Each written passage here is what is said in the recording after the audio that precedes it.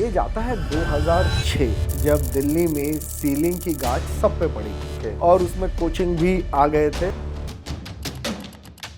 महाभारत में अर्जुन को अर्जुन नहीं बोला जाता, गुरु द्रोण, द्रोण शिष्य अर्जुन बोला जाता था। तो एक शिष्य की पहचान गुरु से होती थी। आज बड़े सेंटर्स क्या करते हैं, एक शिष्य को लेके अपनी पहचान बनाने की कोशिश करते हैं। एक ही बच्चा 10 जगह आता है।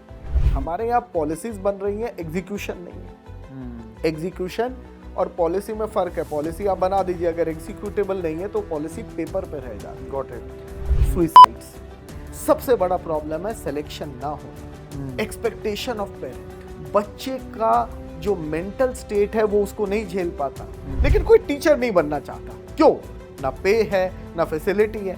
आप स्कूल टीचर्स का हाल देखिए।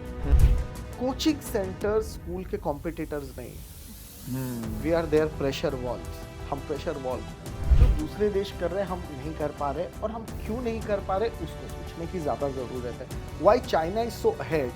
अगर आप रिफॉर्म्स देखो, चाइना ने 1978 में शुरू किया and India and China were almost at par that. Pakistan started in 1988 and we started in 1991 Manmohan Singh did it. And आज चाइना कहाँ है और हम कहाँ हैं? 4 साल आईआईटी करने के बाद बच्चा जब बाहर चला जाता है, गवर्नमेंट को सोचना चाहिए उसके रिसोर्स। 4 साल मैंने ट्रेन किया, तैयार किया, और वो बाहर जाके दूसरे को सर्विस दे रहा है। एंड एआई का ज़माना है, ये इतनी फास्ट चेंज हो रहा है कि बहुत लोग आउटडेटेड भी हो जाएंगे, और हमें बच्चों को लोअर में एआई में बहुत कुछ सिखाने की ज़रूरत है। ताकि वो समझ सके और डिवाइसेस का प्रॉपर यूज़ करें। कोचिंग वालों को भी सिस्टम में लाना ज़रूरी है। जब इतनी अच्छी वर्कफोर्स है तो उसको जुदा करने की क्या ज़रूरत है? जब हमारा यूथ इंडस्ट्री में मार्केट में एंटर करता है, बहुत सारे सपोर्ट सिस्टम का उसमें रोल प्ले होता है। School, coaching, university. आज हम जिस टॉपिक की बात करने वाले हैं वो उस सेगमेंट पे जिन्होंने स्कूल सिस्टम के साथ साथ बच्चों को इस कंट्री के लिए, सिस्टम के लिए तैयार करने में बहुत बड़ा वैल्यूएबल रोल प्ले किया है। That's the coaching industry. अब अलग अलग डायमेंशंस में, अलग टाइम पे इसको देखने का नजरिया बहुत डिफरेंट एंगल में यूज किया गया है। कई बार इस इंडस्ट्री को सॉफ्ट टारगेट भी किया गया है। तो वी विल ट्राई कि आज के इस पॉडकास्ट में उन टॉपिक को थोड़ा डिटेल में कवर अप करें।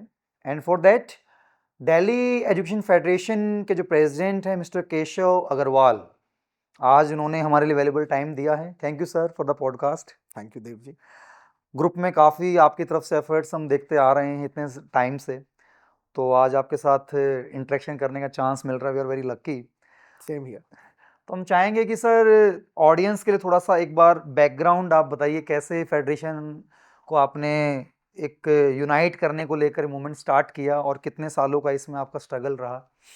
ये जाता है 2006 जब दिल्ली में सीलिंग की गाज सब पे पड़ी थी। ओके। और उसमें कोचिंग भी आ गए थे, और कोचिंग को तो यहाँ तक बोला गया था कि 1 साल के अंदर आप कमर्शियल लोकेशंस पे शिफ्ट हो जाओ और आपको रेजिडेंशियल या मिक्स लैंड तो था ही नहीं, कहीं चलने नहीं देंगे। ओके। तो संघर्ष तब शुरू हुआ। हमने सारे कोचिंग वाले धीरे धीरे परेशान थे, तो हमने एकजुट होके इकट्ठे हुए।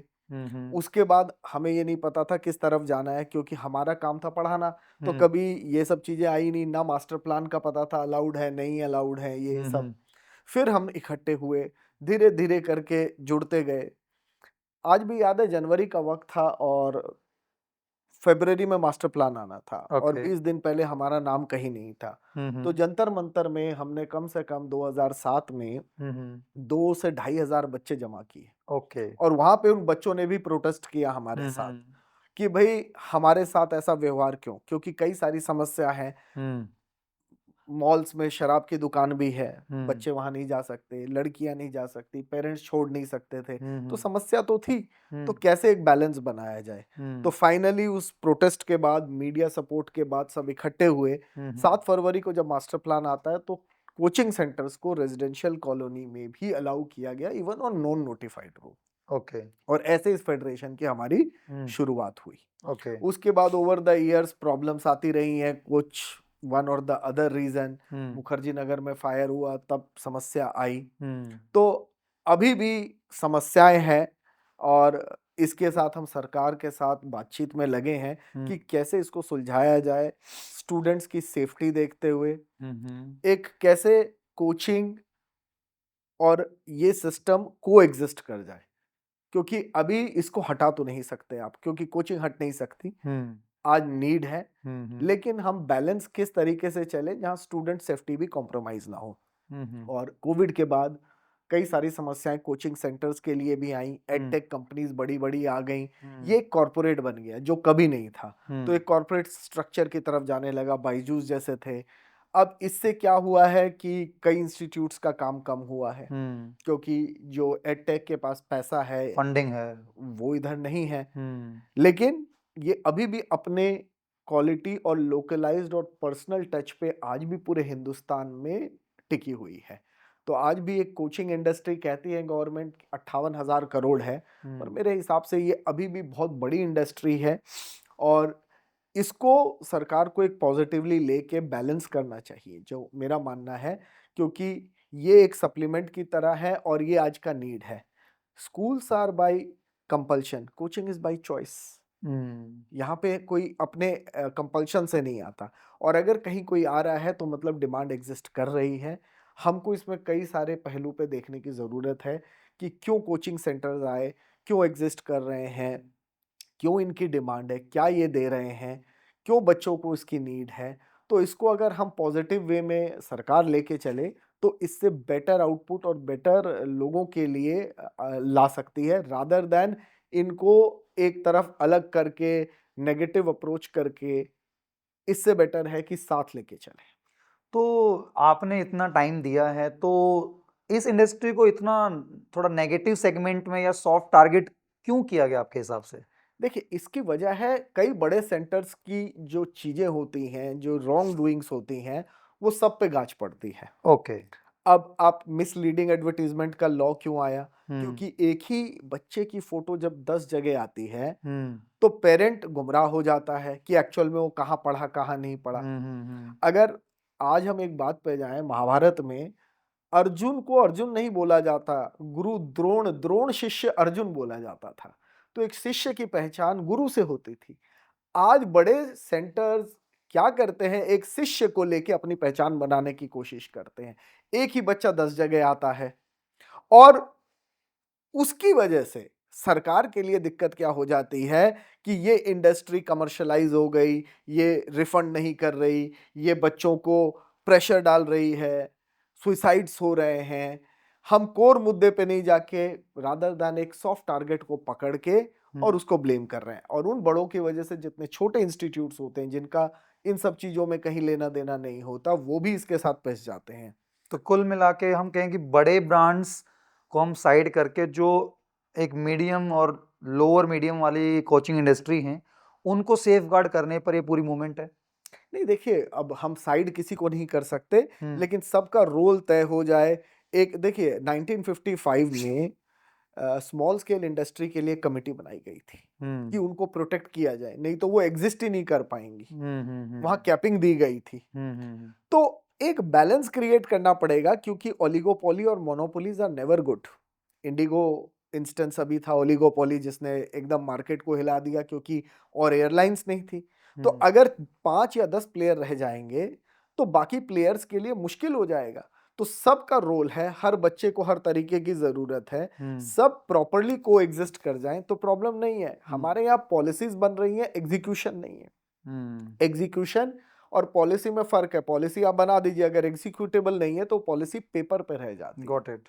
और दूसरा, पॉलिसी बनाने वाले अंदर बैठ के बनाते हैं, ग्रास रूट से नहीं जुड़े हुए। चाहे वो स्कूल का मामला ले लो, स्कूल के टीचर से नहीं पूछा जाता जब सिलेबस बनता है, इस तरीके का सिलेबस बना देते हैं। ग्राउंड में आज कोचिंग सेंटर से अगर प्रॉब्लम है, बैठ के अगर बात करें तो कई सॉल्यूशंस आ सकते हैं, और दोनों और बड़े छोटे सब को एग्जिस्ट कर सकते हैं। लेकिन उसको हम उस फ्रेम ऑफ माइंड से देखें तब है।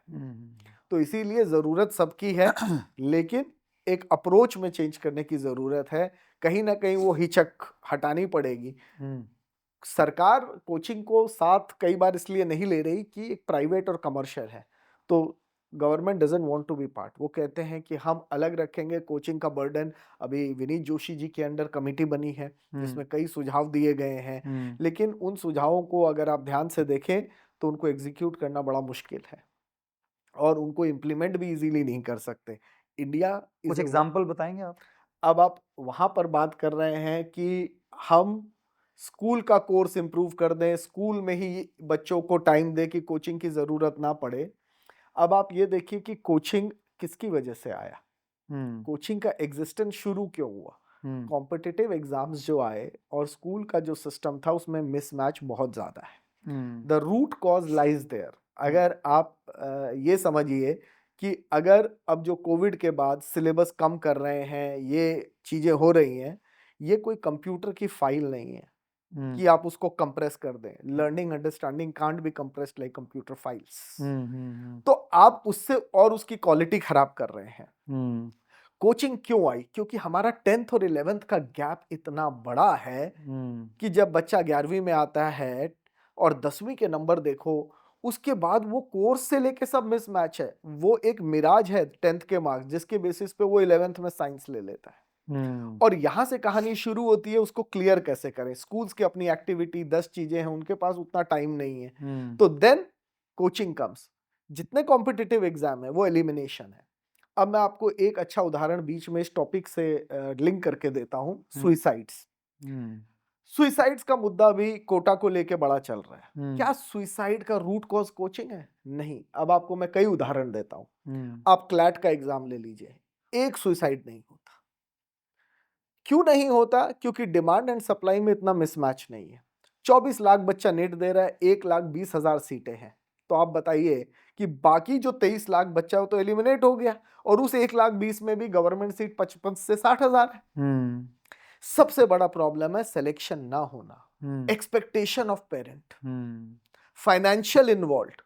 बच्चे का जो मेंटल स्टेट है वो उसको नहीं झेल पाता। ऑन द कॉन्ट्ररी, यूपीएससी बहुत हाई स्टेक एग्जाम है, पर उसमें सुइसाइड क्यों नहीं है? क्योंकि बच्चा इतना मेच्योर्ड हो जाता है, वो कहता है 4 अटेम्प्ट के बाद भी नहीं हुआ, मैं मूव ऑन कर जाऊं। यहां बच्चा मूव ऑन नहीं, वो हताश होकर अपनी जान ले लेता है। मैच्योरिटी का रोल है। मेच्योर्ड। और अगर यहीं पर आप मेडिकल में 10 लाख सीट कर दो, सुसाइड कम हो जाएंगे, क्योंकि सबको सिलेक्शन मिल रहा है। क्यों बच्चा यूक्रेन जा रहा है, क्यों रशिया जा रहा है मेडिकल पढ़ने? हम अपना सिस्टम दुरुस्त ना करके एक सॉफ्ट टारगेट को ब्लेम करते हैं। आज आप सीटें बढ़ा दीजिए, आपके सुइसाइड्स प्रेशर खत्म हो जाएंगे। ये एक्सपेक्टेशन है। पेरेंट क्या कहता है? मुझे डॉक्टर इंजीनियर यही बनना है। दूसरी कमी, आप स्कूल्स में 8th में काउंसलिंग सिस्टम इंट्रोड्यूस नहीं करते। कॉमर्स जैसा सब्जेक्ट 11th में आता है, बच्चे को साइंस के अलावा कुछ पता ही नहीं है। तो ये चीजें आप ठीक करेंगे। कोचिंग थोड़ी 8th में काउंसलिंग करेगी। 10th में साइंस 11th में कौन दे रहा है? स्कूल्स दे रहे हैं, कोचिंग नहीं दे रहा। कोचिंग के पास अगर कोई पढ़ने आता है तो वो उसको पढ़ाएगा, उसको कैसे मना कर देगा? और अगर आप मना कर दोगे तो आप कहोगे आपने तो डिमोटिवेट कर दिया उसे, फिर भी आप फंस जाओगे। भाई आपको 9वीं से 2 एडवांस्ड और बेसिक बनाने की जरूरत है, ताकि जिसको कॉम्पिटिटिव में जाना है वो थोड़ा बेटर पढ़े। 9th से शुरू करे, पूरा नहीं, लेकिन उसको कोर्स का एडवांसमेंट चाहिए, ताकि 11th में एकदम से लोड ना बढ़े, और तब बैलेंस आएगा। स्कूल्स के पास भी चॉइस नहीं है। सीबीएसई के नॉर्म से यू कांट डिनाई साइंस। तो आप समस्या समझिए कि, और फिर जो कॉम्पिटिटिव एग्जाम है वो ऐसे होते हैं कि उनकी सीट से लिमिटेड है, वो तो एलिमिनेट करने के लिए। तो और दूसरा भी एक एकदम आपसे बात करते हुए आ गया, अभी हम जब बैठे हैं जनवरी में, इस वक्त जेईई मेन की परीक्षा होती क्यों है? आप समझिए, अभी स्कूल्स में प्री बोर्ड हो रहे हैं, प्रैक्टिकल हो रहे हैं, और इसी समय आप जेईई मेन करा रहे हैं। तो उसके ऊपर प्रेशर हमने डाला या आपने? और दूसरा प्रेशर आप क्या डालेंगे? फेब 10-12 को रिजल्ट निकाल देंगे। बोर्ड शुरू नहीं हुआ, उसके 4 दिन पहले रिजल्ट। बच्चा जिसका नहीं हुआ उसकी मेंटल स्टेट समझिए क्या होगी। वो अपने आप स्टेप लेता है। अब इसमें सिस्टम की कमी है। आप इस एग्जाम को, मेरा मानना है, मार्च फर्स्ट वीक खत्म करके एक मार्च एंड में करा लीजिए, एक अप्रैल एंड में करा लीजिए, कोई समस्या नहीं है, सब मैनेज हो जाए। लेकिन आप क्या कर रहे हैं? ऐसे टाइम कराते हैं जब वो बच्चा हर तरफ से प्रेशर है, ऑलरेडी पैक है, और उसकी मेंटल स्टेट, वहां स्कूल में टीचर कहेंगे भाई तुम्हारा प्रैक्टिकल नहीं है, तुम यहां ध्यान नहीं देते। तो बच्चा जो है ना वो कहां जाए? घर में प्रेशर कि भाई तुम पे इतना खर्च किया, अब तुम क्या करोगे क्या नहीं। वो आरओआई देखते हैं। अब जो बच्चे किसानों के हैं, कोटा जाते हैं, कहीं जाते हैं, उनका फाइनेंशियल स्टेक बहुत है। अब वो बेचारे को ये कहता है भाई तू वापस मत आना अगर ना हो। पेरेंट ने उसको शायद नेगेटिव मोटिवेट किया हो, लेकिन उसके दिमाग में बैठ जाती है।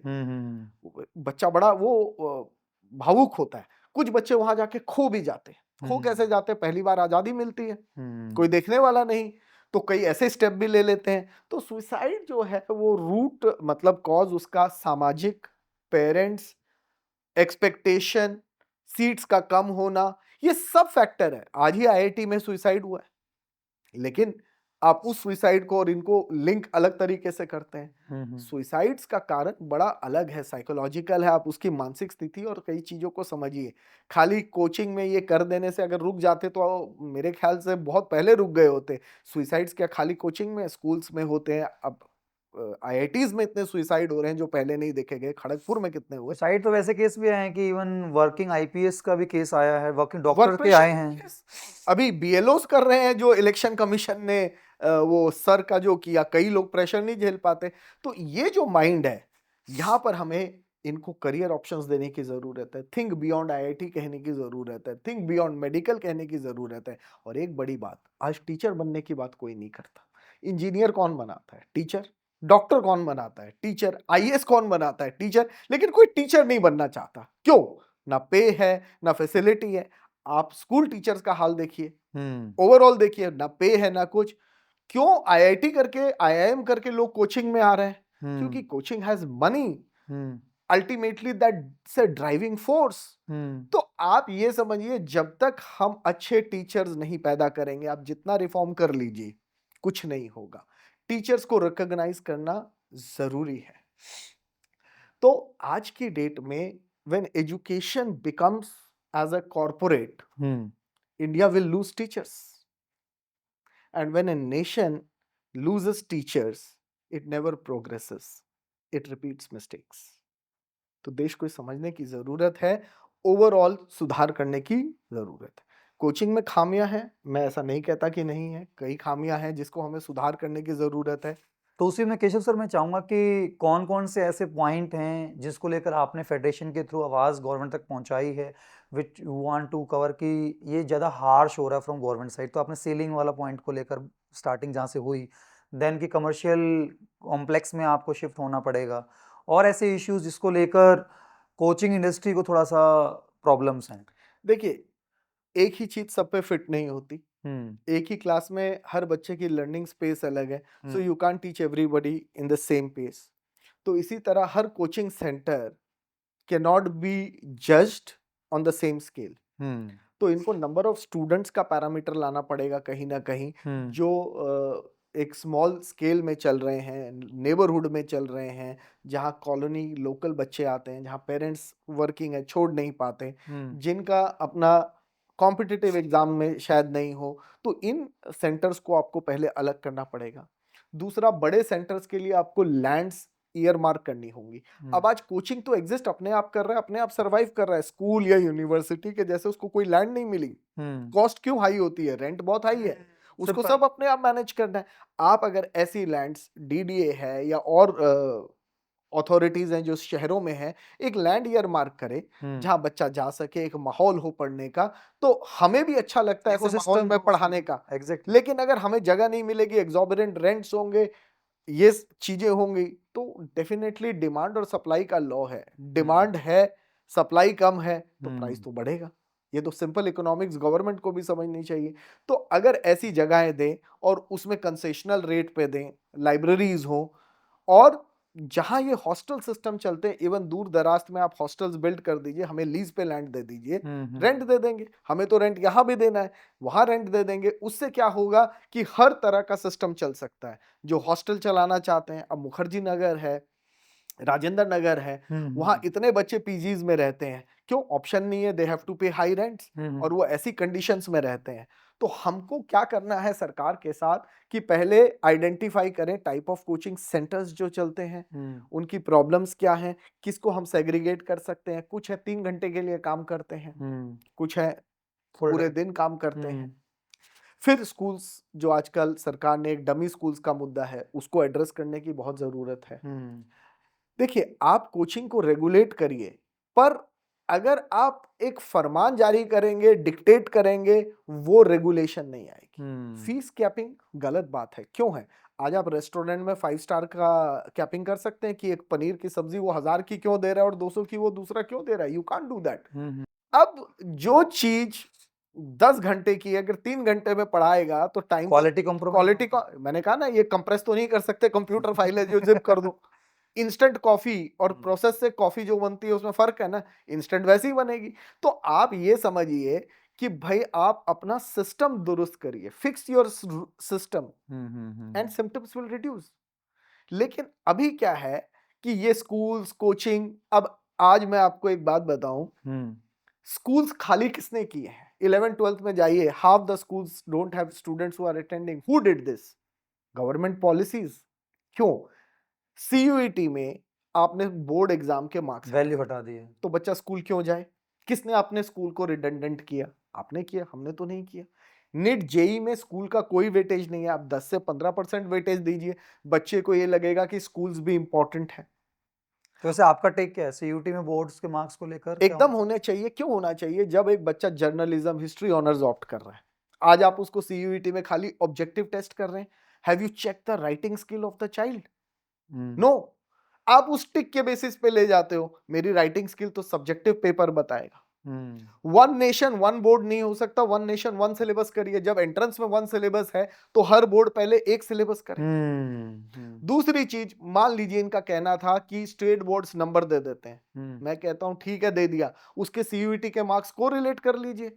कितना डेविएशन आता है निकालने में? कितना है कि 1000 बच्चे टॉप में आए, क्या वो 1000 अपने बोर्ड में भी टॉप में है? नहीं है। तो आप उनकी कॉपीज देख लीजिए, आज एआई की मदद लीजिए, वो इमीडिएटली आपको फॉल्ट्स बता देगा। हम क्यों नहीं यूज कर रहे?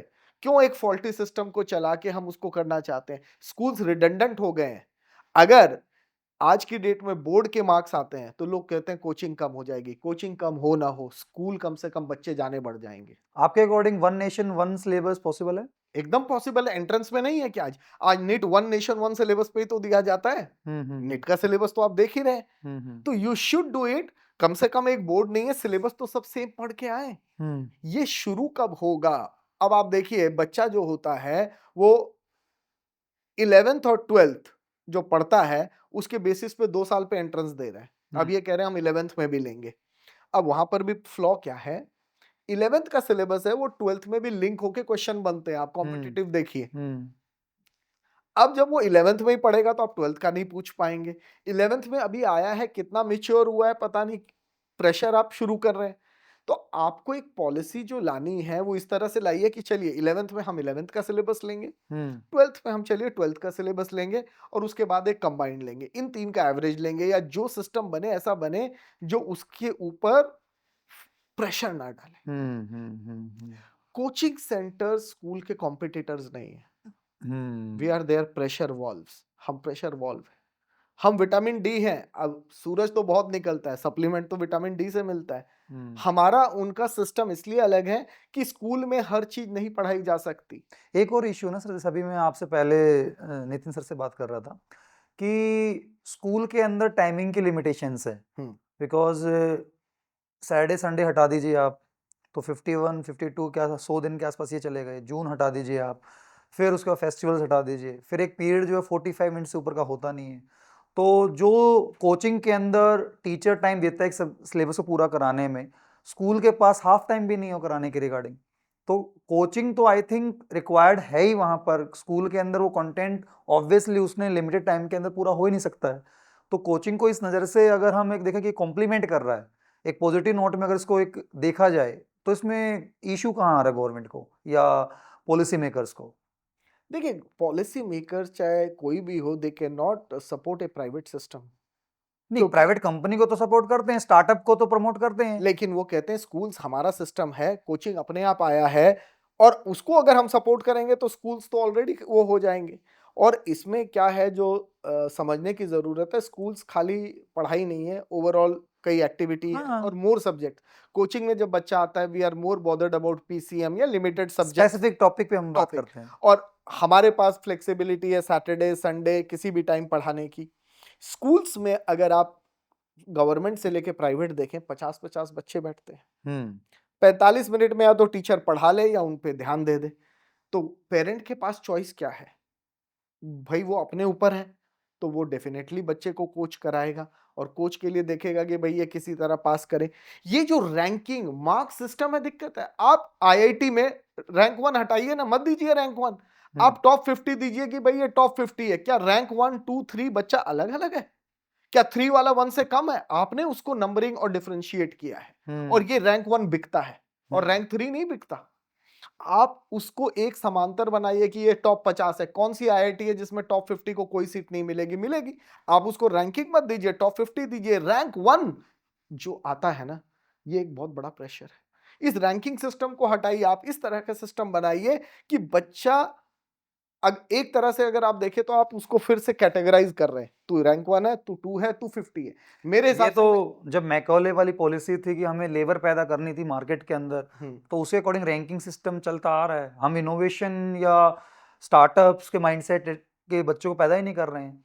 हमें क्वालिटी पे जाना चाहिए। एग्जैक्ट। दूसरा, ये जो एग्जाम होते हैं आज की डेट में, खाली हम नॉलेज टेस्ट कर रहे हैं, ओवरऑल बाकी चीजें कोई टेस्टिंग नहीं होती। प्रैक्टिकल एग्जाम्स जो स्कूल में लिए जाते हैं वो नंबर देने के लिए होता है। कई बच्चे प्रैक्टिकल पास होते हैं, थियरी फेल होते हैं। अब प्रैक्टिकल को किस तरीके से पूरा करें सबको पता है, कॉपी पेस्ट हो रहा है। तो फिर गवर्नमेंट इस पे एक्शन ले कि प्रैक्टिकल जो लर्निंग की हम बात कर रहे हैं, एनईपी, वो इम्प्लीमेंट कैसे होगा। आप देखिए कईयों, हर स्कूल का है, कोई स्कूल को मैं दोष नहीं देता, हर स्कूल चाहेगा 30 में से ज्यादा नंबर मिले क्योंकि वो नंबर से एवरेज रिजल्ट ऊपर होता है। Again it's marks result where be inclusive education की हम बात करते हैं। एक स्कूल की फुटबॉल टीम जाती है तो बेस्ट 11 देखता है, जो नहीं खेल रहा होता वो बेचारा हमेशा बाहर खड़ा होता है। हम इंक्लूसिव में कहाँ हैं? We always play to win. Nobody wants to lose. Coaching कहता है मेरा बच्चा टॉप पे आए, मेरा टॉप रैंकर है, मैं उसको एडवर्टाइज करूं। एक होड़ लग गई है। अब वो चेंज करने की जरूरत गवर्नमेंट की तरफ से आएगी। बैलेंस होगा तब होगा। बच्चा आज फुटबॉल बना हुआ है, घर में उसको पढ़नी है, पीटीएम में पढ़ा तो उसको हर जगह से पढ़ा है। कई बार तो बच्चे का एप्टीट्यूड नहीं है, हम उसको डॉक्टर बनाने चले हैं। वो म्यूजिशियन है, आप डॉक्टर बना रहे हैं। इसमें मेरे को जो केशव सर इनपुट लगे, अब नाम नहीं बोलना चाहिए, जो बड़ी ब्रांड्स छोटी स्टेज पे ही बच्चों को कहीं ना कहीं अपने कोर्सेज के रिगार्डिंग एक फीडिंग करते चल रही हैं। 6, 7, 8 को फाउंडेशन का नाम दे दिया। वो बच्चा बनाए नहीं आईआईटी के लिए, बट उसको वो ड्रीम दिखा के, वो पैकेज दिखा के एंड ऑल दैट, तो उसको उस कोर्स के रिगार्डिंग कहीं ना कहीं डाइवर्ट किया जाता है। तो आई थिंक इस स्टेज में 6 to 8, 9 स्टेज पे सभी स्ट्रीम्स को इक्वली बच्चे के सामने प्रेजेंट करना चाहिए। अगर आप बने हैं म्यूजिशियन बनने के लिए, आपके अंदर थिएटर की स्किल्स अच्छी हैं, बट वो कोई भी इकोसिस्टम दे ही नहीं रहा, ना स्कूल दे रहा है, ना ये जो बड़ी ब्रांड्स आके दे रही वो दे रही है। स्टिल उनको जो अपना कोर्स बेचना है उसके अकॉर्डिंग स्क्रिप्टिंग चलती है, उसके अकॉर्डिंग बच्चे को करियर दिखाया जाता है। फिर वो जो सुसाइड वाले केस आ गए, या फिर जो 24 लाख के फॉर्म्स फिल किए जा रहे हैं, नहीं करते हुए फिल, अगर उनकी फीडिंग नहीं होती है तो इसको लेकर भी फेडरेशन कुछ सॉल्यूशन सोच रही है कि हम तीनों स्ट्रीम्स को इक्वल सामने लेके आए। देखिए, early guidance is correct and okay, early rankings pressure is very bad.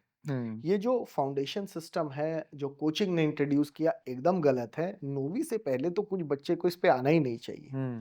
आज Finland one of the top है, वहां 12वीं में एक ही बार एग्जाम होता है, एग्जामिनेशन सिस्टम नहीं है, स्किल्स पे जाते हैं। जापान में देखिए बच्चे को एटिकेट शुरू में सिखाए जाते हैं। हम पैदा होने से पहले ही उसको बुक करते हैं किसी ना किसी एग्जाम्स के लिए। नर्सरी में एडमिशन हो जाए तो यहां लगता है बाजी मार ली। डिमांड एंड सप्लाई क्यों? आज आप देखिए गवर्नमेंट इंस्टीट्यूशंस 12वीं के बाद लोग तरसते हैं, लेकिन 12वीं से पहले गवर्नमेंट स्कूल के लिए कोई नहीं तरसता। गवर्नमेंट ऑफिशियल्स तक अपने बच्चे को नहीं भेज रहे। फैक्ट है। क्यों नहीं हम प्राइमरी सिस्टम को स्ट्रॉन्ग करें? डिमांड एंड सप्लाई एग्जिस्ट जो कर रही है वो यहाँ है। डोनेशंस चलते हैं, कई और चीजें चलती है एडमिशंस के लिए। नर्सरी में लॉटरियां निकल रही हैं। अब प्रेशर समझिए कहां से शुरू हो जाता है। फिर बच्चे आजकल शुरू में ट्यूशन, मेरे बच्चे को मैथ सिखा दो, सिखा नहीं रहे, आप रटवा रहे हैं। आप उसको सही तरीके से एप्लीकेशन में ले जाने ही नहीं चल रहा है। मेंसुरेशन पढ़ाया जाता है, बच्चे को पता नहीं, अरे कारपेंटरी सिखा दो थोड़ा, वो अपने आप कारपेंटर पढ़ा लिखा नहीं होता, लेकिन आज आपके घरों में जो आता है उसे सारी कैलकुलेशन पता है। प्रैक्टिकल, हम प्रैक्टिकलिटी पे कहां जा रहे हैं? हम खाली नंबर सिस्टम शुरू से ही कर लेते हैं, और वो है 6th के बाद 7th के बाद बच्चा खेलता गया है, स्कूल आता है, स्कूल के बाद कोचिंग आ जाता है, खत्म हो जाता है। तो ये ओबेसिटी, फास्ट फूड, ये जो जेन जी, जेन अल्फा बन रहे हैं, ये कहां से बन रहे हैं आप ये समझिए। आज की डेट में अगर हम फिर बेसिक्स पे नहीं जाएंगे, गुरुकुल सिस्टम होता था इतना बढ़िया, डिसिप्लिन इज गॉन, कहीं डिसिप्लिन नहीं है।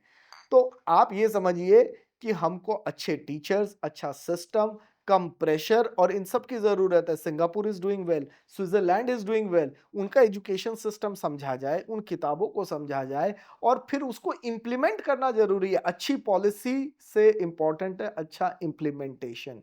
आज की डेट में स्कूलों पे आप इंफ्रास्ट्रक्चर देखिए, चाहे प्राइवेट हो चाहे पब्लिक हो, अब आज भी वो आउटडेटेड सिस्टम से पढ़ा रहे हैं। तो आप एक्सपेक्ट नहीं कर सकते। कोचिंग, पढ़ाई नहीं, स्पोर्ट्स में आप देखिए शुरू से बच्चे को कोचिंग लगाई जाती है कि मेरा बच्चा अच्छा क्रिकेटर बने, अच्छा बैडमिंटन बने। Everybody wants that guidance. तो कोचिंग एक रेगुलरिटी है। आज योगा है, क्यों योगा बढ़ गया? क्या आप योगा नहीं कर सकते? लेकिन अपने आप करने में मुश्किल है। रेगुलरिटी, एक पैटर्न, एक सिस्टम हो जाए, यहां कोचिंग आता है। तो कोचिंग को भी हम उसी तरह इस्तेमाल करें। ये जो प्रेशर बन जाता है, तुझे रैंक लानी है, ये करना है, ये गवर्नमेंट से भी कम होना चाहिए, हमारे साइड से भी कम होना चाहिए। एक ओवरऑल एजुकेशन सिस्टम में बदलाव की जरूरत है। 1954 में मजूमदार कमेटी ने सजेस्ट किया था 6% ऑफ जीडीपी एजुकेशन में होना चाहिए। अब जाके उसकी बात हुई है आज 70 साल बाद। एजुकेशन, हॉस्पिटल, अगर इन दोनों को आप ठीक नहीं करेंगे, ना अच्छे डॉक्टर्स ना अच्छे स्टूडेंट्स आएंगे। और फिर अब जैसे पीजी में हुआ कि भाई -40 तक बच्चा क्लिनिकल या नॉन क्लिनिकल में एडमिशन ले सकता है। ये चीज अगर आप करेंगे और इंफ्रा को नहीं बढ़ाएंगे तो मेरा मानना है कभी नहीं होगा। हमारा प्राइमरी इंफ्रा बढ़ना जरूरी है, टीचर्स बढ़ने जरूरी है और कोचिंग वालों को भी सिस्टम में लाना जरूरी है। जब इतनी अच्छी वर्कफोर्स है तो उसको जुदा करने की क्या जरूरत है? A system can be built by taking them into और विद अस। और आप स्कूल पढ़ाइए, स्कूल में क्या है, 4 दिन क्लासेस करा के 2 दिन इंटीग्रेटेड सिस्टम शुरू कराइए। आपका इंफ्रा यूज होगा, आपके बच्चे वहीं पढ़ेंगे, उन्हें भी बाहर नहीं जाना पड़ेगा। Invite coaching people.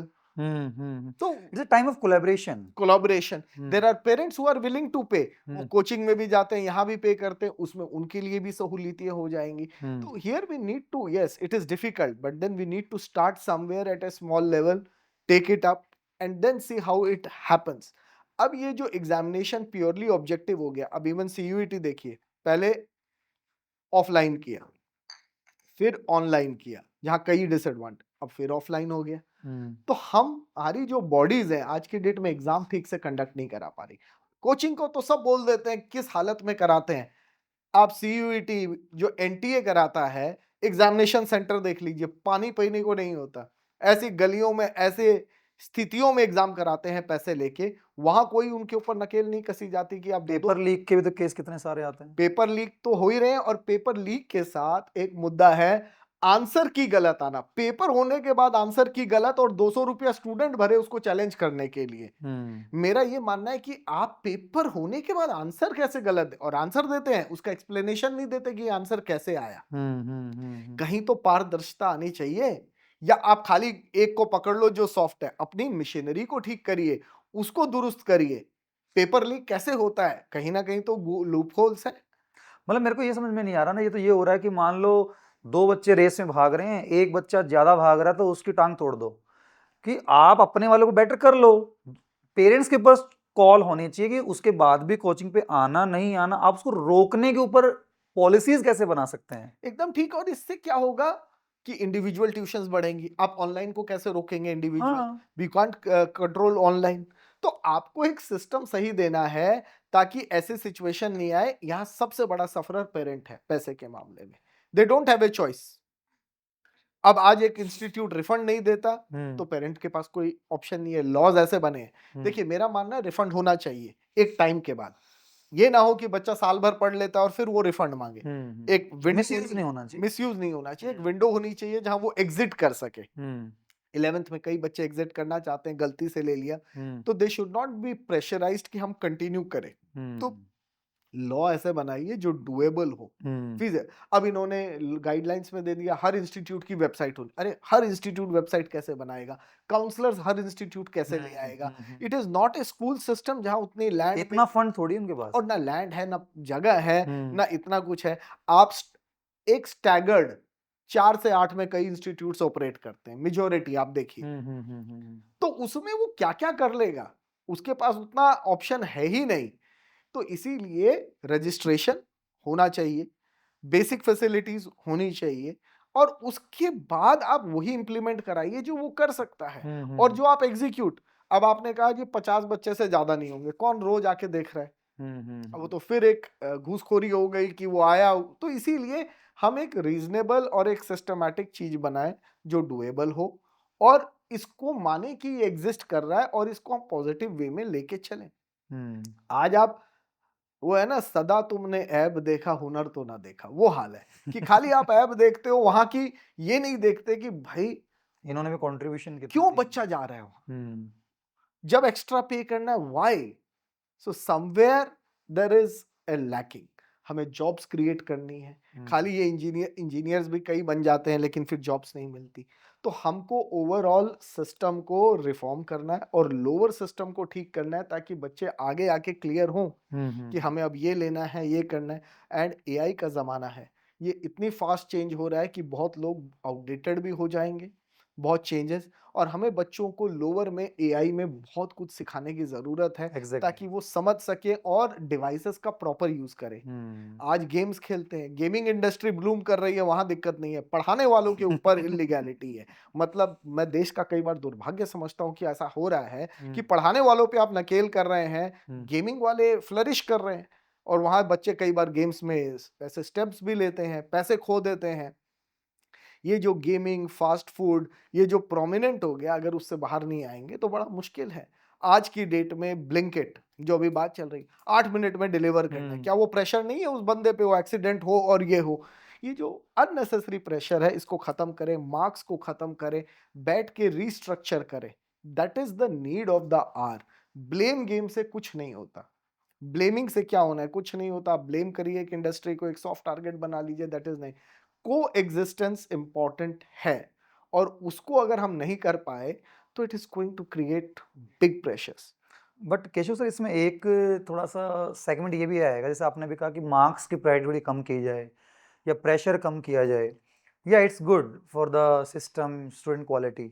बट वहीं फिर जो कोचिंग फेडरेशन जिसको आप अभी रिप्रेजेंट कर रहे हैं, तो बच्चा, उनके पॉइंट ऑफ से देखिए, फिर बच्चा कोचिंग क्यों ही लेगा फिर? देखिए, कोचिंग आज की डेट में अपने आप की स्किल एनहेंस करने के लिए भी है। अब खाली हम देखिए, कोचिंग क्या होता है कि कोई एक चीज हम कर रहे हैं जिसकी वजह से हम कहीं जाएंगे, तो उसमें हम अपनी स्किल कैसे बढ़ाएं। एक सेल्फ बेस्ड लर्निंग जहां हम सीखें, यहाँ सीखने से ज्यादा हम प्रेशर में ले लेते हैं। मीन्स आप चाह रहे हैं वही coaching instead of for the marks, उन स्किल सेट को लेकर कहीं ना कहीं अपने कोर्सेज या करिकुलम को डिजाइन करें। आप चीजें सीखिए, रटने से क्या होता है कि एक शॉर्टकट सिखा दिया, ये कर दिया, you are successful as a scorer, but reality you don't know. The reality is कि आपको प्रिंसिपल समझ में आए, आप उस चीज को करो, देन इट इज देयर। आज हम बेसिक कॉमर्स में अकाउंट्स की बात करते हैं, मैथ्स की बात करते हैं, जहां हमारा देश आगे होता था, बच्चों को एडिशन, सब्ट्रैक्शन, मल्टीप्लिकेशन, डिवीजन में दिक्कत है।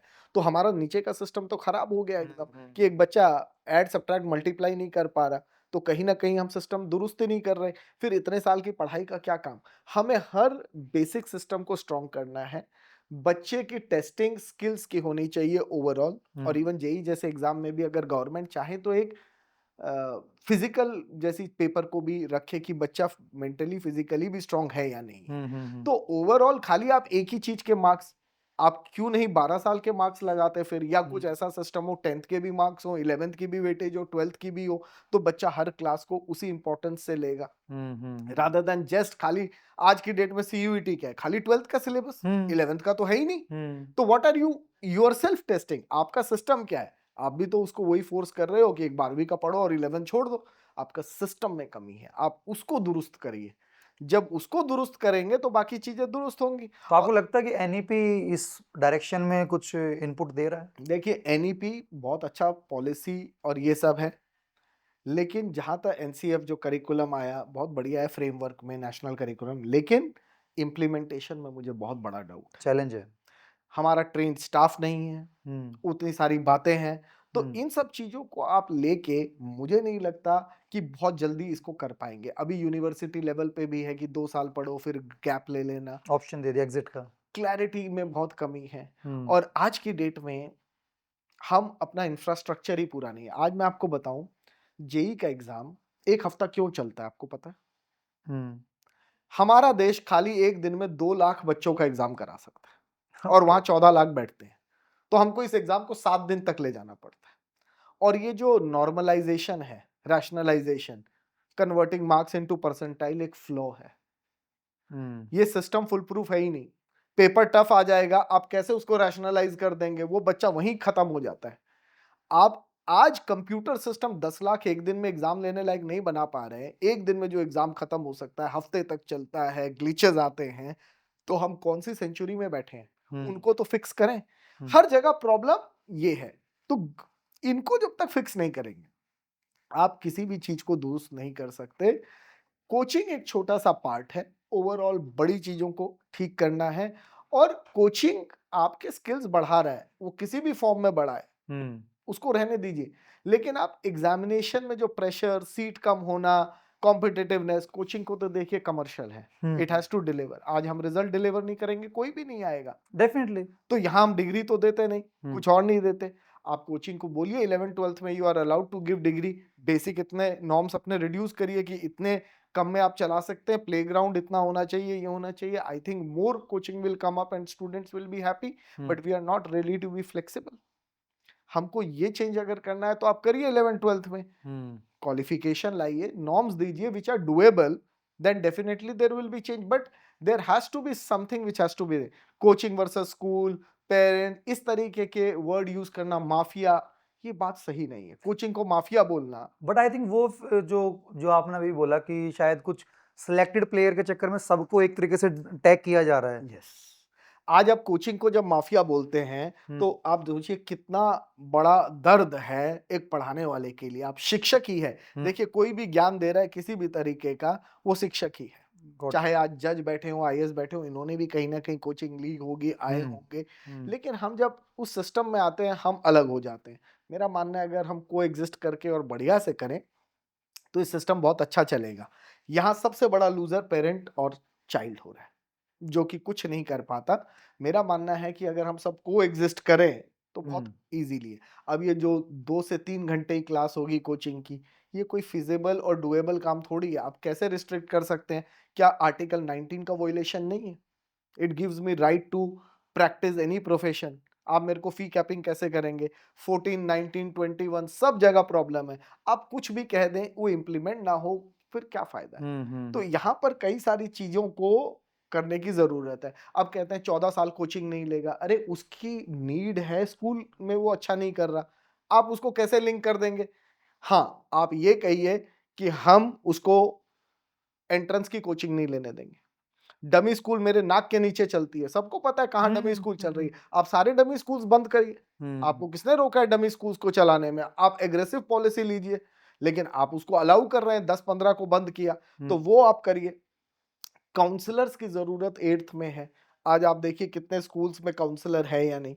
तो ये सब है। कोचिंग का मिसलीडिंग एड है, आप पकड़िए। रिफंड नहीं देते गलत तरीके से, आप उसको पकड़िए। तो ये है। ये जो ब्लेम गेम से ना किसी का फायदा नहीं होता। प्राइस कैप डुएबल नहीं है, ना फिजिबल है। तो जो चीजें हो सकती है हम करें। और कोचिंग में भी बिग वर्सेस स्मॉल में कोई फायदा नहीं है। It has to be a balanced approach everywhere. सबको एग्जिस्ट करना है। अब मैं अपना देखूं कि मैं छोटा हूं तो बड़ा वाला ना चले, तो बड़ा वाला कहेगा छोटे वाले ना चले। तो ये पिचिंग तो it is not going to help anything. बट इसमें आपके लिए एक चैलेंज जो मुझको फील हो रहा है कि फेडरेशन में जब आप कोचिंग की बात कर रहे हैं तो एक एरिया में मान लो 10 कोचिंग सेंटर्स हैं, वो आपस में तो कॉम्पिटिटर हैं एक दूसरे के, उनको रिप्रेजेंट करते टाइम आपने क्या फेस किया अभी? देखिए अगर चांदनी चौक जाएंगे तो एक ही चीज की 100 दुकानें हैं। यहाँ तो स्किल है, आप अपने स्किल से कमा रहे हैं। अब डॉक्टर्स इतने हैं, मैं जिसके पास जाऊं, ये तो स्किल है। तो कंपटीशन एग्जिस्ट करेगा। In competition one thing which you do not learn, competition में जो है, fear is not one of them. You learn many things, fear is not one of them. मैं डर गया तो फिर मैं मैदान में उतरू ही नहीं ना। अगर मैदान में उतरना है तो हमें तैयार भी रहना चाहिए। ये पार्टिसिपेशन है। अगर हम डर गए तो फिर हम लड़ेंगे कैसे? फिर हम क्या सर्विस देंगे? तो ये डेफिनेटली एक ये चीज है। सब सरवाइव करें, अनफेयर पॉलिसीज ना हो which is one sided. Unfair policies जब आ जाती हैं then it becomes very difficult. You favor one of the brands, ये जो अब आप बताइए, बाइजूस ने $22 बिलियन कंपनी, कितने बच्चों ने उसके प्रोडक्ट खरीदे? सेंटर्स बंद, आज कुछ नहीं है। फिटजी इतना बड़ा ब्रांड कितनों की फीस लेके हो गया। आप सोचते रहे, आपने उसका बैंक अकाउंट डे 1 फ्रीज क्यों नहीं कर दिया? उनको पैसा निकालने का टाइम कौन देता है? आप दे रहे हैं ना, मैं तो एजेंसी नहीं हूं। तो आप ऐसे बड़े वालों के लिए चेक्स रखिए। आज बाइजू इतना बड़ा था, अब कहीं भी नहीं है। तो इसको कॉर्पोरेट सेक्टर बनाया जा रहा है, एडटेक्स आ रहे हैं, और उसके बाद वो नहीं चलते हैं, पेशेंस नहीं है, उनको इन्वेस्टर्स का प्रेशर आता है, वो निकल लेते हैं। लेकिन एक लोकल कोचिंग सेंटर आपका साथ कभी नहीं छोड़ता। He is always associated with you, you can approach personally, वहां कोई पर्सनल अप्रोच नहीं होती है। तो आपको ये सारी चीजें समझनी होंगी सिस्टम को। जो पॉलिसीज बनाते हैं, they have to understand the system before making the policy. आज सिलेबस बन रहे हैं स्कूल्स में, आपको उदाहरण देता हूँ, हम आप पढ़ते थे, लॉग 9वीं में पढ़ाया जाता था, आज लॉग 12वीं तक नहीं है, खत्म कर दिया। आप सिस्टम में ऐसी चीजें कर रहे हैं जो क्वालिटी इंप्रूव नहीं कर रही, क्वालिटी डिटेरियोरेट कर रही है। अब एक चीज, मैं जैसे पर्सनल अकाउंट्स पढ़ाता हूँ, मैंने जब 12th पास आउट की थी, आज भी 90% सिलेबस वही है। और हर चीज, अगर आप एजुकेशन को अवॉइड करके देखें, हर चीज चेंज हो चुकी है। चाहे मैं आज शॉपिंग कैसे करता हूँ, मैं मूवी कैसे देखता हूँ, मैं ट्रैवलिंग कैसे करता हूँ, हर चीज in last 20 years. But education का सिलेबस, तो आई थिंक जो आपने बिल्कुल सही पॉइंट बोला कि we need to work on those loopholes जो वहां एग्जिस्ट कर रहे हैं, इंस्टेड ऑफ जहाँ कोचिंग वाले टॉपिक को लेकर इतने बड़े इश्यूज का ब्लंडर बनाया जा रहा है। अब अकाउंट्स की आप बात कर रहे हैं, आप बीकॉम ऑनर्स करिए, वहाँ होल्डिंग कंपनी, हायर परचेज ये पढ़ाया जाता है, यहाँ पार्टनरशिप में ही है कहानी। इतना मिसमैच है, बच्चा वहां जाके देखता है ये क्या मैं वहाँ पढ़ रहा ब्रांच अकाउंट चल रहा है, ब्रांच का नाम ही नहीं है, ब्रांच अकाउंटिंग का नाम नहीं है। इकोनॉमिक्स आप पढ़ाते हैं गलत बच्चों को, क्यों? 12th के बाद पढ़िए, पूरा मैथ्स है इकोनॉमिक्स में, या आप मैथ्स का एम तक नहीं पढ़ाते। तो भाई आप बीकॉम पास की इकोनॉमिक्स अलग करिए 12th में भी, और इको ऑनर्स की अलग करिए। जो बच्चा इको ऑनर्स लेना चाहता है उसको मैथ्स वाली इकोनॉमिक्स पढ़ाइए। एग्जैक्टली। आप आज दोनों को एक पढ़ा के बाद में बेचारे को मार देते हैं। वो 12th में जाके ऐसे बाद में लगता है यार ये हम क्या पढ़ के आए क्या नहीं। मैथ्स है, मैं आज स्कूलों के हाल बताता हूँ, अप्लाइड मैथ्स आया, और वो कॉमर्स के बच्चों को लेना चाहिए क्योंकि वो उससे आगे सीए फाउंडेशन तक लिंक है। हार्डली कोई स्कूल अप्लाइड मैथ्स देता है, कोर मैथ्स पढ़वा रहा है। कोर मैथ्स कॉमर्स के बच्चे के कहाँ काम आएगी, आप बताइए। और इसमें सीबीएसई ने क्या किया, has it given any direction? Annuity हुआ, कई ऐसे कॉन्सेप्ट हैं जो बीकॉम में ही काम आते हैं और सीए में काम आते हैं। तो कॉमर्स का बच्चा भी वेक्टर पढ़ रहा है, ट्रिग्नोमेट्री पढ़ रहा है, वो साइंस ही नहीं है। इम्प्लीमेंटेशन पॉलिसी तो बना दी, इम्प्लीमेंट नहीं किया। अब स्कूल्स की प्रॉब्लम क्या है, टीचर नहीं है उसके लिए। 4 बच्चे लेंगे तो वो क्या करेगा? अगर इसी को सही तरीके से कॉमर्स को बोलो आपको अप्लाइड लेना है, तो आपको कोर का जरूरत जब है जब आप हार्डकोर प्रोग्रामिंग में जाओ, that is where you will require maths. आपने जो अभी लाइन बोली ना कि स्कूल के पास टीचर नहीं है, मेरी अभी एनईपी को लेकर अभी लास्ट मंथ डिस्कशन चल रही, तो आई थिंक इसमें कोचिंग को कोलैब करने में उनकी ईगो बीच में नहीं आनी चाहिए। डेफिनेटली नहीं। अगर उनके पास एक फैकल्टी नहीं है और उसी लोकल पार्ट में एक एक्सपर्ट बैठा हुआ है, तो आप एटलीस्ट अपने स्कूल के अंदर उसकी सर्विस ले सकते हैं। शेयरिंग ऑफ रिसोर्सेज होना चाहिए, पर यहाँ तो स्कूल ही रिसोर्सेज शेयर नहीं करते। अगर एक सब्जेक्ट में कम है, बायोटेक क्यों बंद हुआ, क्यों नहीं चला? बिकॉज उसके बच्चे कम है, खर्चा था। अगर इसमें स्कूल्स भी मिल जाएं, 4 स्कूल एक कॉलोनी में है या लोकेलिटी में है, एक टीचर शेयर कर ले, तो at least children will get the teacher. Exactly. And everybody will coexist, burden एक पे नहीं आएगा। लेकिन आज के डेट में कोलैबोरेशन, शेयरिंग ऑफ रिसोर्सेज हम नहीं कर रहे, हर स्कूल अपना अलग उसमें रहता है। तो देखिए इश्यूज बहुत ब्रॉडर हैं जिसके ऊपर कई चीजें सोचनी है और करना है, और सफरर जो है यहाँ बच्चा है, जो मेरा मानना है।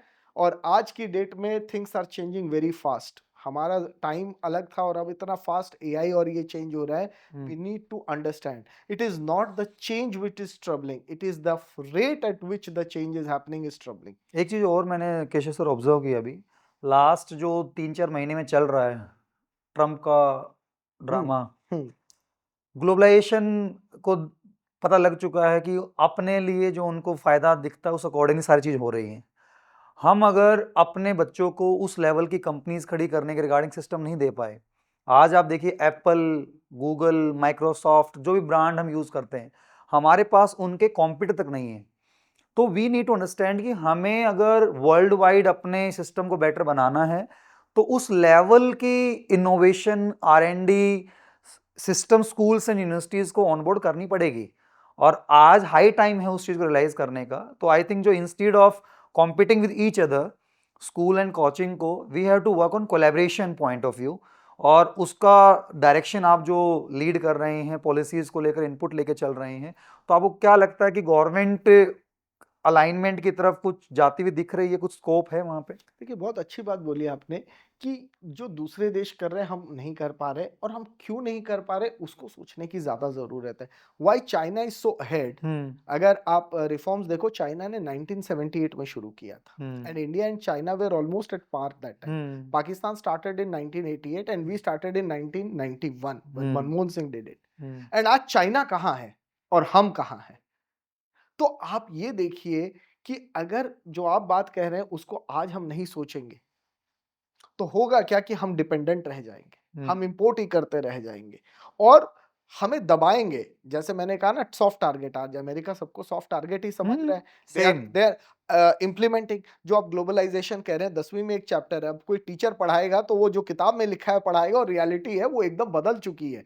जो डेवलप्ड कंट्रीज है, जो उनको है वो अपनी ही चलाते हैं, दैट्स इट, बाकियों की नहीं सुनते। WTO उन्होंने अपने लिए बना रखा है, अपने लिए बनाया हुआ है। तो आपको ये समझना है कि प्रैक्टिकली अगर आप बर्ज डाउन और ये होगे तो आपकी सिचुएशन खराब होगी। आज यूएस ने जो किया, हमको बहुत सोचना इसलिए पड़ रहा है क्योंकि हमारी डिपेंडेंसी ऐसी थी। सैंक्शंस, हम कहां से क्या खरीदेंगे नहीं खरीदेंगे, इनके ऊपर बातें हो रही हैं। तो मतलब इतना जो चेंज आ रहा है, इसमें अगर हम अपना जो वर्क फोर्स है, यंग वर्क फोर्स, उसको बहुत स्किल और अच्छा नहीं करेंगे, then definitely we will not go ahead. और एक और समस्या है, 4 साल आईआईटी करने के बाद बच्चा जब बाहर चला जाता है, गवर्नमेंट को सोचना चाहिए उसके रिसोर्स। 4 साल मैंने ट्रेन किया, तैयार किया, और वो बाहर जाके दूसरे को सर्विस दे रहा है। इसके ब्रेन ड्रेन जो ये है, इसके ऊपर सोचने की जरूरत है। बच्चा हमारा रुक ही नहीं रहा। गवर्नमेंट सब्सिडाइज रेट में इतना बढ़िया एजुकेशन आईआईटीज में सब फैसिलिटी देती है, और फिर वो बच्चा बाहर चला जाता है। हमारा रिसोर्स दूसरे को वो इनकैश कर रहे हैं। आईटी सेक्टर में यूएस देखिए, चाहे कोई देखिए, इंडियंस पे ही चल रहा है। लेकिन मोस्टली कंपनी के सीईओ इंडियन है। देन हमारे रिसोर्सेज बाहर यूज हो रहे हैं और हम उनको टैप नहीं कर पा रहे। क्यों नहीं टैप कर पा रहे? कई सारे मुद्दे हैं, कई कंट्रोवर्शियल मुद्दे हैं। हमको इन सब से बाहर आना होगा। Narrative should be development, employment, hospital sector. ये जब नैरेटिव्स आएंगे और हम एजुकेशन नैरेटिव लगाएंगे तो हम आगे बढ़ेंगे। नहीं तो हम लड़ते रह जाएंगे, इन चीजों में रहेंगे। कहीं ना कहीं हमको दूसरों का जो बदलता हुआ है विजन है उसको देखना पड़ेगा आगे। And we need to start in schools, that is where the places. एक आज स्पोर्ट्स में देखिए चाइना क्यों टॉप पे, और हमारी पॉपुलेशन पैरेलल है, हम नहीं है। क्योंकि ना हम स्पोर्ट्स में ठीक कर पाते हैं बच्चे को, ना एकेडमिक्स में। एक स्कूल बताइए जो एक सेक्शन खाली स्पोर्ट्स के बच्चे का बनाता हूं। मैं कहता हूं आप हर स्कूल में एक सेक्शन स्पोर्ट्स का, और उसको 70% स्पोर्ट्स खिलाइए, 30% एकेडमिक्स कराइए, वो मेडल लाके देगा। लेकिन आप इंफ्रा ही नहीं है। तो यहां पर आपको थिंकिंग भी चेंज करनी है। वो स्पोर्ट्स वाले को आप पढ़ाते जाओ, वो बेचारा रोता है कि मेरा स्किल ही नहीं है। आप उसका जो स्ट्रेंथ है उसको इंटरेस्ट नहीं बनाते, आप इंटरेस्ट को स्ट्रेंथ बना रहे हैं। तो मेरा इंटरेस्ट है क्रिकेट में, समझिए, लेकिन मेरी स्ट्रेंथ है बैडमिंटन। मैं क्रिकेट में जितना मर्जी करता जाऊं, मैं अच्छा नहीं करूंगा। हर्षा भोगले बहुत बड़ा अच्छा एग्जांपल है, आईआईएम से है। उनका क्रिकेट की नॉलेज किसी के पैरेलल नहीं होगी। अगर वो क्रिकेट खेलने में ध्यान लगाते तो कहीं भी नहीं पहुंचते। उन्होंने नॉलेज में ध्यान लगाया, आज one of the best commentator है। So you can make your strength as interest, but interest को स्ट्रेंथ बनाने जाएंगे तो शायद आप सक्सेस। आज मुझे लगे मैं अच्छा, मेरे को गाना बहुत अच्छा लगता है, लेकिन मैं गाना नहीं कर सकता, तो फिर मैं क्यों उसमें जाऊं? So deep. पेरेंट्स को अंडरस्टैंड करना है। Make your strength as interest, कि आप देखिए मेरी लर्निंग ज्यादा स्ट्रेंथ है या मेरा मैथ्स। अरे हर जगह यही थोड़ी है, कोई बच्चा लर्निंग में अच्छा, ह्यूमैनिटीज में जाइए। आईएएस कैसे क्लियर करते हैं? सब ह्यूमैनिटीज ही तो लेते हैं। कितने लोग मैथ्स और इसको मेन सब्जेक्ट में लेते हैं? नहीं लेते। तो हमको ये सब चीजें समझने की जरूरत है, करने की जरूरत है, तब जाके चीजें आएंगी। इसी में एक और चीज मैं आपके इनपुट लेना चाहूंगा एंड होने से पहले, क्योंकि अभी ये जो सीजन चलना है, पेरेंट्स के लिए एक, अगर हम इस पॉडकास्ट में एक इनपुट दे पाएं, बिकॉज आपने इंटरेस्ट स्ट्रेंथ की बात की, 10th एग्जाम होते ही स्ट्रीम सिलेक्शन को लेकर एक बहुत बड़ा कंफ्यूजन पॉइंट चलता है, और आज भी वही है कि ज़्यादा मार्क्स से साइंस ले लो, कम है एवरेज एंड कॉमर्स आर्ट्स। इसको लेकर अगर अपने लेवल पेरेंट्स को कुछ डिसीजन मेकिंग में लेना हो तो any suggestion from your side? पहली चीज जो पेरेंट्स को समझना है और नहीं समझते, कंपैरिजन खत्म करिए। कंपैरिजन सबसे बुरी चीज है। आप कंपैरिजन जब एक बच्चे का दूसरे बच्चे से कर देते हैं कि शर्मा जी की बेटी तो बहुत अच्छा कर रही है, तू नहीं कर रही, वो आज भी है। वही उसको इन्फ्योरिटी होती है। और बच्चा अलग है। आप ये देखिए कि इसमें ऐब क्या है और हुनर क्या है। हुनर से आप उसको चेक करिए, और आप दूसरों को पूछ के सब्जेक्ट मत लीजिए। आपने दौड़ना है रेस, आप अपनी क्षमता देखिए। मैं दूसरों की क्षमता लेके अगर उसको compete करने लगूंगा तो खत्म हो जाएंगे। Got it. तो आप जब सब्जेक्ट लेते हैं, आप देखिए किस सब्जेक्ट में क्या है। कोई सब्जेक्ट अच्छा बुरा नहीं है, सब में स्कोप है। ये तो हमने बना दिया कि इंजीनियरिंग मेडिकल ही है और कुछ नहीं है। आज साइकोलॉजिस्ट क्या अच्छा नहीं कर रहा? अच्छे काउंसलर्स नहीं मिलते क्या? डाइटिशियन अच्छा नहीं कर रहे? आज हर जगह डाइटिशियन की जरूरत है। आप देखिए आज की डेट में ऐसा कौन सा है जो एडवर्टाइजिंग है, डिजाइन में है, करियर सब में अच्छे हैं। आप उसको जाइए लॉ में देखिए कितना अच्छा करियर है, कॉर्पोरेट लॉ। आप होटल इंडस्ट्री में जाइए, होटल मैनेजमेंट है। आप स्पोर्ट्स इंडस्ट्री में जाइए, वहां करियर है। करियर्स की कमी नहीं है, लेकिन हमारी रेस शुरू हो जाती है डॉक्टर बनने की, क्योंकि डॉक्टर का नाम बड़ा है, डॉक्टर सबने बनना है। ये जो माइंड में डाल दिया जाता है, बच्चा उसी को फॉलो करता है। आप सब्जेक्ट फ्रीली चूज करिए, एक एडिशनल ले लीजिए, आपके मन की है, वो चला पाया ठीक है, नहीं चला पाया नहीं ठीक। लेकिन मेरा मानना है कि आप कॉम्बिनेशंस ऐसे बनाइए कि चॉइसेस बढ़े। आप एक ही प्लान पे मत चलिए। तो जब मेडिकल लेते हैं, मेरा मानना है आप साइकोलॉजी साथ लीजिए, so that you have multiple options. Economics एक ऐसा सुंदर सब्जेक्ट है जो लेना चाहिए, कई जगह आपके एवेन्यूज खुलते हैं। तो आप ये स्टीरियो जो हो जाते हैं ना कि ये ले ले इससे हो जाएगा, दैट इज वेरी डिफिकल्ट। जो मैंने स्ट्रेंथ और इंटरेस्ट की बात की, अगर उसको समझ जाएंगे। अगर म्यूजिक अच्छा है तो एज एडिशनल म्यूजिक क्यों नहीं लेते भाई? क्या मतलब ये टैबू है, ये टैबू से हम बाहर नहीं आ पाए। ऐसे में काउंसलिंग में पेरेंट्स बैठे थे तो कह रहे मेरे को नहीं लगता मेरे बच्चे में कुछ अलग से टैलेंट है, गप्पे मारते रहते हैं। माँ गप्पे हैं तो रेडियो जॉकी बना दो ना आप इसमें। आज की डेट में बोलना भी एक टैलेंट है। आप इसकी इतनी अच्छी एसेट को आप कह रहे हैं कि ये फालतू की स्किल है। इवेंट मैनेजमेंट से लेके जैसे आप बात कर रहे हैं, आज के डेट में सक्सेस क्या है मैं ये समझ नहीं पाता पेरेंट्स का। क्या डॉक्टर बनना सक्सेस है? सक्सेस मेरे हिसाब से जो आप करें जिसमें आपको खुशी मिले, और आप आज एक्सेल किसी में कर सकते हैं। देखिए पहले टाइम नहीं था, अब इंडियन आइडल जब से आया, लोगों का गाने का टैलेंट बाहर आया। कोविड आया तब से इन्फ्लुएंसर्स का टैलेंट बाहर आ गया। ये जो हम कर रहे हैं कोविड के पहले नहीं था। तो आज की डेट में सोशल मीडिया ने इसने इस तरीके का टैलेंट दे दिया है, एनीबॉडी कैन रीच एनीवेयर। तो खाली हम मार्क्स प्रेशर नहीं बढ़ाइए। और आज के डेट में इतने ऑनलाइन कोर्सेज हैं, मैं अभी भी पढ़ाई कर रहा हूँ। आईआईटी से मैंने एआई का कोर्स किया, लॉ की पढ़ाई कर रहे हैं। तो मेरे को तो कहीं नहीं लगता मैं आउटडेटेड हूँ। मेरा शौक बढ़ते जा रहा है, जितने कोर्सेज आते हैं मैं करता जाता हूँ। और जो है एआई को जब से मैंने कोर्स किया और अपने इसमें यूज कर रहा हूँ, तो कई चीज सीखने को मिली। तो मेरे लिए पढ़ना मुझे लगा था मुश्किल है। 3 साल पहले आईआईटी चेन्नई से मैंने कोर्स किया था। धीरे धीरे धीरे करते जा रहा हूँ विद स्टडीज, विद वर्क। मैं करता हूँ लॉ, मेरे को बहुत फैसिनेट करता है, तो मैं उसमें घुस गया। तो मेरा कहने का मतलब है, आप ये मत सोचिए एंड ऑफ द वर्ल्ड। ये एक परीक्षा है। लाइफ तो कई सारी परीक्षाएं हैं, और ऐसी परीक्षा है जिसका क्वेश्चन पेपर भी आगे नहीं है, जो आपको उसके लिए प्रिपेयर करिए। Got it. और जो टॉपर्स आज होते हैं, जरूरी नहीं है वो बाद में आगे बढ़ते हैं। बाद में कई लोग, मैं बच्चे जो मिलता हूं जो ऐसे ही होते थे, आज अच्छा बिजनेस कर रहे हैं, आज अच्छे स्तर पे पहुंच गए हैं। तो अब भुवन बाम जो है हमारे इंस्टीट्यूट में पढ़ता था। अच्छा। हाँ, क्लास 12th में मैथ्स। ओके। तो आप ये समझिए आज भुवन बाम ने जो किया, वो एक अलग ही लेवल पे है। तो आप ये मत करिए कि वो नहीं है, एवरी यूथ नोज हिम। अब उसकी जो भी टैलेंट थी उसने उसी से तो उसको उभार के किया। तो मेरा कहने का मतलब है, let them little free, be there watchman, but in a restrictive, मतलब इन ए पॉजिटिव वे। और एक चीज आज की डेट में हमको चेंज होगा, speak to them, talk to them, understand them. Things have changed, मतलब पहले वाली बातें नहीं है। तो थोड़ा अगर वो खुलते हैं और उनकी जो रैशनल बातें हैं आपको समझ में आती हैं, तो पेरेंट्स अपना एक्सपीरियंस, अनुभव और उनके माइंडसेट को समझ के कर पाएं, तो बहुत अच्छा हो जाएगा। आज के बच्चे बहुत जल्दी इरिटेट होते हैं, जवाब देते हैं, वो अपने आप को मिसमैच कर रहे हैं। तो इन सब चीज़ों की जो गैप है अगर वो कम हो जाए तो मेरा मानना है कि काफ़ी चीज़ें सुधर जाएँगी। अभी भी इंडिया उस माइंडसेट से नहीं निकल पाया है ओवरऑल। आज भी एक पापा का डर अलग है, मम्मी का डर अलग है, वो एक अलग है। तो हमारे को एज़ अ टीचर भी फ्रैंक बनने की ज़रूरत है एग्जैक्टली। कि ये जब हम एज़ अ टीचर फ्रैंक बनेंगे, उसकी बात सुन लेंगे और चीज़ें कर पाएँ, I think we can save many lives and careers. बहुत अच्छा लगा सर आपसे बात करके, सो डीप। और मुझे लगता है कि हर प्रॉब्लम की शुरुआत कन्वर्सेशन से होती है, सॉल्यूशन पे हम जाते हैं। और वो कन्वर्सेशन आपकी साइड से डिपार्टमेंट के साथ, पॉलिसी मेकर के साथ, और आपने जो इनिशिएटिव लिया है सबको यूनाइटेड करने का, आई थिंक वो स्टेप बाय स्टेप सॉल्यूशन की तरफ लेके चलेगा। नहीं, नहीं, पक्का एकदम। और मैं चाहता हूँ कोचिंग वाले सब जुड़े, एकजुट होके काम करें। हाँ, आपस में एक दूसरे को आपस में कॉम्पिटिटर मान के जो एक हाँ, सोच छोटी चलती है, वो वो जो दिक्कत, ईगो क्लैशेस इनसिक्योरिटी है। ईगो है, इनसिक्योरिटी है, हम्म, उससे बाहर आ जाए तो सर्विस भी बेटर दे पाएंगे।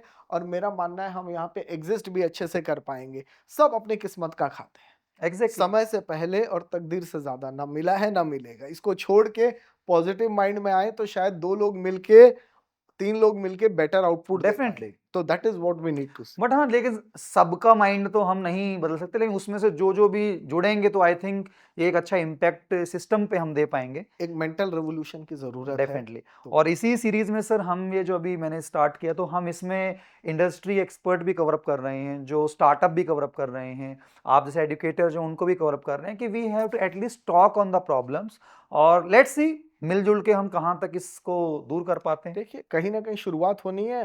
आप आगे बढ़ेंगे तो कुछ तो डेफिनेटली आएगा। डेफिनेटली। अभी आपके बाद ही अभी हमारा एक पॉडकास्ट लाइन में है हमारे ब्यूरोक्रेट्स के साथ, अब हम इसको लाइन कर रहे हैं।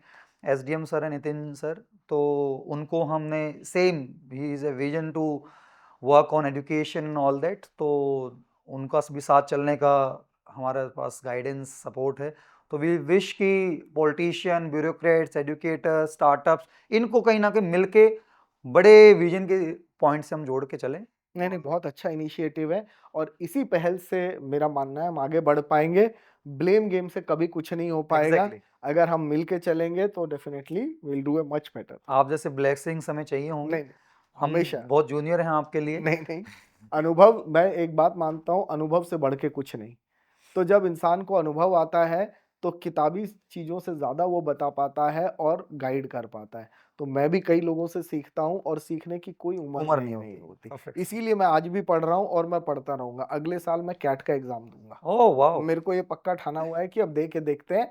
क्योंकि जब तक हम कोई चीज़ करें नहीं, क्या इस और आज भी मैं खेलना हो, उठना हो, मैं अपने को ये नहीं समझता कि मैं इतने का हो गया। मैं ये कहता हूँ कि अगर आँखों में अरमान लिया, मंजिल को अपना मान लिया, फिर मुश्किल क्या आसा क्या, ठान लिया तो ठान लिया। ओए ओए, क्या तो बात। बस ये जो चीज़ है वो होनी चाहिए। विल पावर है तो आप किसी को भी मूव कर सकते हैं। मेंटली आपको, आप अगर ब्रेन को कंट्रोल करेंगे, ब्रेन आपको कंट्रोल करेगा तो आपको करने नहीं देगा। आप ब्रेन पे हावी हो गए तो बस थ्रू एग्जांपल से आप अपनी लाइफ बस स्टाइल से सिखा रहे हैं बच्चों को, बस बहुत ब्रेन remarkable आपको है। डराता है। हम्म। देखिए, मैं कोविड में एक बात कहता था, डर से बड़ा कोई वायरस नहीं, हिम्मत से बड़ी कोई वैक्सीन नहीं। वाओ। तो बस अगर हिम्मत है तो आप उतर जाओ, बाकी तो देखी मैं जाएगी। चाहूंगा कि आपके साथ एक सीरीज हम शुरू करें, क्योंकि भंडार एक पॉडकास्ट में खत्म नहीं होगा, बहुत कुछ है आपके अंदर। ठीक है। चलिए, thank you so much sir. Okay.